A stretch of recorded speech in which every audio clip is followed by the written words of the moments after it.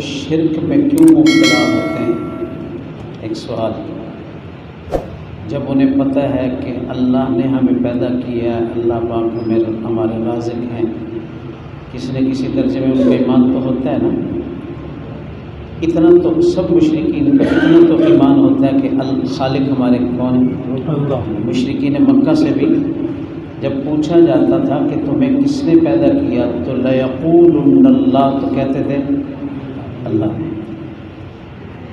پھر مشرک کیوں بن گئے؟ ایک تو ہے انکاری کہ مجھے اللہ نے پیدا نہیں کیا، ایسے کافر تو ہیں دنیا کے اندر جو ربوبیت کے، اللہ کی ربوبیت کے قائل نہیں، دہریہ جنہیں کہتے ہیں، کمیونسٹ ہیں، دہریہ ہیں، وجود خدا کے قائل ہی نہیں ہیں۔ وہ کہتے ہیں نظام خود بخود ہی چل رہا ہے، کوئی خدا نہیں، نعوذ باللہ۔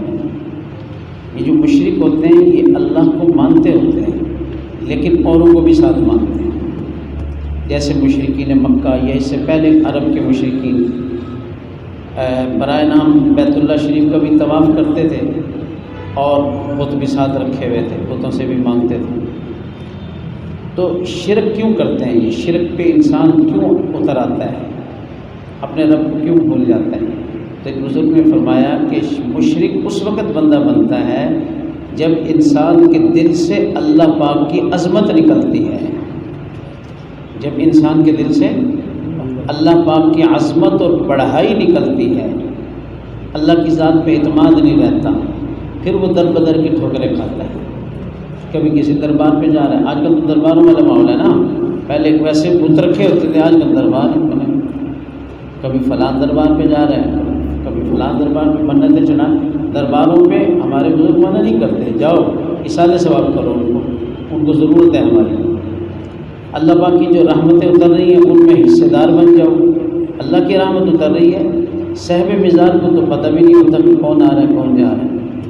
ہمارے بزرگ قائل ہیں، ہم خود بھی جاتے ہیں، ٹھیک ہے، کوئی انکار ہی نہیں ہے، لیکن نیت اپنی اپنی ہوتی ہے۔ حضرت عطا شاہ صاحب بخاری فرماتے تھے کہ مزارات پہ، بزرگوں کے مزاروں پہ میں بھی جاتا ہوں، لوگ بھی جاتے ہیں، میں رحمتوں سے جھولیاں بھر بھر کے لاتا ہوں، لوگ اپنا ایمان دے کر آتے ہیں، یعنی جیسی نیت ویسے مراد۔ میں جاتا ہوں مثال ثواب کرتا ہوں، اللہ کی رحمتیں برس رہی ہوتی ہیں، ان میں کچھ حصہ مل جاتا ہے، رحمتیں اللہ کی برس رہی ہوتی ہیں، اس صاحب قبر پر، اللہ کے نیک بندے پر، وہاں بیٹھنے سے وہ رحمتیں ہمیں مل جاتی ہیں۔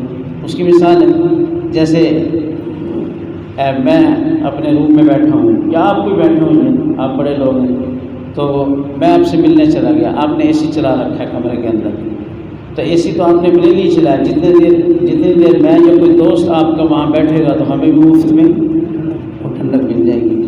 یہ ہے اللہ والوں کے مزارات پر اللہ کی رحمتیں برس رہی ہوتی ہیں، میں اور آپ جا کے جب بیٹھتے ہیں اصالہ ثواب کرتے ہیں، وہ رحمتیں ہمیں مل جاتی ہیں۔ اور یہ نہیں ہوتا کہ قبر والا کچھ دے رہا ہے، قبر والا تو خود بیچارہ محتاج ہے، اس کو تو پتہ نہیں کون آ رہا ہے کون جا رہا ہے، یہ فرق ہوتا ہے۔ اور لوگ سائل بن کر منگتے منتیں پتہ نہیں کیا کچھ لے کر جاتے ہیں۔ تو اللہ پاک کی عظمت جب دل سے نکلتی ہے تو انسان شرک کی طرف آ جاتا ہے۔ اگر اللہ کی ذات پہ کامل اعتماد ہو تو ہو ہی نہیں سکتا کہ بندہ یا اس کی نسلوں میں کوئی مشرک بن جائے۔ ایک بات ہے، اس بات کو نوٹ کر لیں کہ زیادہ سے زیادہ ہم عمل ایسا کریں یا ایسی کتابیں پڑھیں یا ایسی محفل میں بیٹھیں جہاں اللہ پاک کی عظمت کی بات ہو، اللہ کی عظمت، یہ سوچنے سے بھی ہوتا ہے۔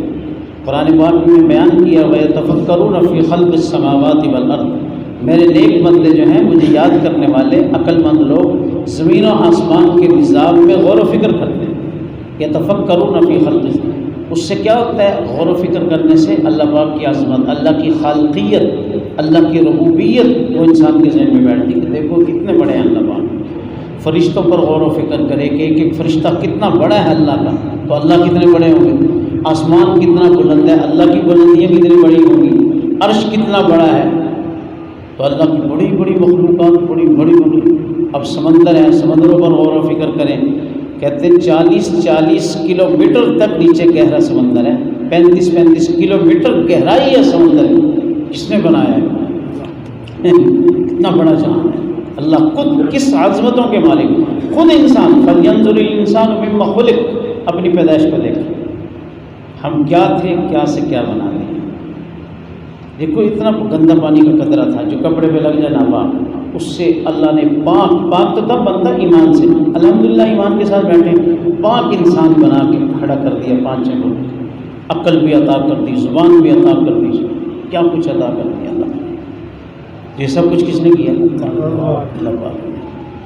سوچا کریں اس بات کو، سوچا کریں، ہمارے پاس ٹائم ہی نہیں ہے سوچنے کی، جتنا سوچیں گے اتنا اللہ کے ساتھ تعلق بنے گا۔ اور میں نے کتاب میں پڑھا تھا کہ 1 گھڑی کی غور و فکر، یعنی اللہ پاک کی کائنات میں غور و فکر 70 سال کی عبادت سے افضل ہے، یعنی ایسی عبادت جس میں غور و فکر نہ ہو۔ یہ اللہ کے نظام میں غور و فکر کرنا، سوچتے رہنا کہ آسمان کیسے بنایا، زمین دیکھو، پہاڑ، سورج کو دیکھو، کبھی کبھی سورج پہ نظر پڑتی ہے حیران ہو جاتا ہے بندہ، 9 کروڑ میل دور ہے اور اتنا روشن، اتنا روشن، اتنا روشن، سنا دیکھ نہیں سکتے۔ اللہ پاک کتنے نور والے ہوں گے، کتنے روشن ہوں گے۔ یہ سب چیزیں یہ اس بات کی شہادت دے رہی ہیں، گواہی دے رہی ہیں اور دلالت کر رہی ہے کہ ایک ذات ہے جو ہمیں تمہیں نظر نہیں آ سکتی اور پوری کائنات کو اس نے کنٹرول کیا ہے۔ آپ صلی اللہ علیہ وسلم کی تعریفیں ہو رہی ہیں، ایمان کا جز ہے، ایمان کا حصہ ہے، محمد کہتے ہی اس ذات کو ہیں جس کی بہت زیادہ خوبی اور تعریفیں بیان ہیں۔ لیکن غور کریں کہ آپ صلی اللہ علیہ وسلم چلتے پھرتے اللہ کی عظمت کی بہت بڑی دلیل تھے، اللہ کی وحدانیت کیسے بنایا اللہ تعالیٰ، سبحان اللہ، کیسے بنایا، آپ کے اخلاق، آپ کے عادات، آپ کا حسن و جمال، آپ کی چال، آپ کے اٹھنا، آپ کا بیٹھنا، نرالا تھا، ہر چیز میں نرالی، ہر چیز میں نرالی، ہر چیز میں یکتائی۔ آپ کو ایک واقعہ سنا دوں، حضرت عطاء شاہ صاحب بخاری بہت بڑے ماشاءاللہ خطیب مجاہد گزرے، ختم نبوت کے بہت بڑے عالم اللہ والے گزرے، بڑا خطابت تھا اور بڑی دنیا ان کی جو ہے ان کی خطابت سے متاثر ہوتی تھی۔ آج غازی علم الدین کی تعریفیں تو ہو رہی ہیں کہ غازی علم الدین نے راجپال کو قتل کیا تھا، ٹھیک ہے، غازی علم الدین میں یہ جذبہ کیسے ہوا تھا، اس بات کے ہم چور ہیں۔ ہمارے تو حضرات بیان کرتے ہیں کہ غازی علم الدین کے اندر وہ بات کیسے پیدا ہوتی، دوسرے مسلک والے بیان کرتے ہیں صرف غازی علم الدین، یہ نہیں بیان کرتے کہ کس کا بیان انہوں نے سنا تھا کہ اس کے اندر ایسا جذبہ پیدا ہوا تھا، کس کے بعد سے اس کے اندر جذبہ پیدا ہوا تھا۔ حضرت عطاء شاہ صاحب بخاری رحمہ اللہ نے موچی دروازہ لاہور پہ خطاب کیا تھا جب اس خبیث نے، ہندو نے کتاب لکھی تھی نا نبی علیہ السلام کی شان میں گستاخی کی تھی راجپال نے، تو آپ نے موچی دروازہ لاہور پہ خطاب کیا تھا۔ ایسا خطاب تھا کہ کئی سو نوجوانوں نے سر پہ کفن باندھے تھے اس وقت، کئی سو، سینکڑوں نوجوانوں نے، کہ ہم اس راجپال کو قتل کریں گے۔ تو اس میں غازی علم الدین بھی تھا، اللہ پاک نے اس سے کام لے لیا۔ تو میں عرض کیا کر رہا تھا، غازی علم الدین، ہاں، حضرت عطاء شاہ صاحب بخاری کی بات آپ بیان کر رہے ہیں، تو بیان میں ایسا وہ عجیب ان کے سحر ہوتا تھا نا کہ 1 منٹ کے اندر پورے مجمع کی کایا پلٹ دیتے تھے۔ آپ صلی اللہ علیہ وسلم کی شان بیان کر رہے ہیں، شان بیان کرتے کرتے ایسا موڑ آیا نا، میں آپ کو بتلاتا ہوں۔ آپ کی زلفیں بیان کریں گے، آپ کی زلفیں ایسی کہ اس میں یکتائی، کائنات میں ایسی زلفیں کسی کی نہیں، آپ کا چہرہ مبارک، پیشانی مبارک ایسی، کائنات میں ایسی پیشانی مبارک کسی کے نہیں، آپ کے ہونٹ ایسے کائنات میں کسی کے نہیں، آپ کا قد مبارک ایسا، آپ کا رنگ، کلر خوبصورت ایسے سفید سرخی مائل، ٹھیک ہے، تو ایسا، یعنی ہر چیز کو بیان کیا کہ ہر چیز میں یکتائی نظر آتی تھی۔ تو طبیعت اس طرف مائل ہوئی کہ محمد کو سجدہ کر دو،